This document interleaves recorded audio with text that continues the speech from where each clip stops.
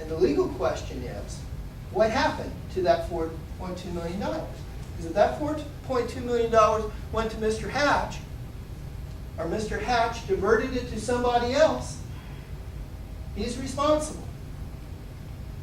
And what the evidence will show is the state had the ability to determine exactly how that money dispersed.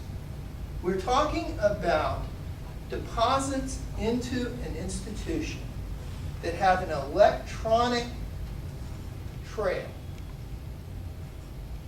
Every penny went in and every penny went out somewhere. And there is an electronic trail that would answer every one of those questions.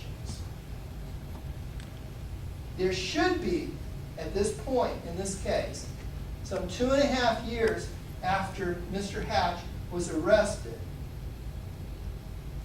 no question unanswered as to where any of that money went. Because the state had the ability, the process, you can call it different things. Some people call it a forensic audit. Some people call it a forensic examination. But essentially, what the process is you sit down and you do the legwork and you track it down. The deposit came in on this date.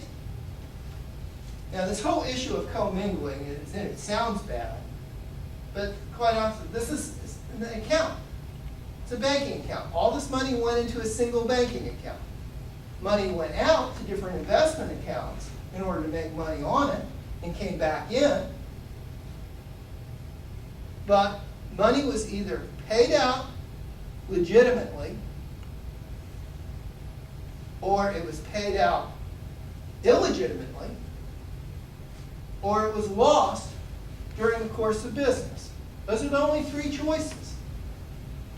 And ladies and gentlemen, it is the state's responsibility to tell you which of those things happened to that $4.2 million. And Mr. Hatch is only guilty of a crime if they show that he illegitimately diverted any of those funds to himself or others on their behalf. Now, we don't have a forensic audit in this case, or a forensic examination in this case.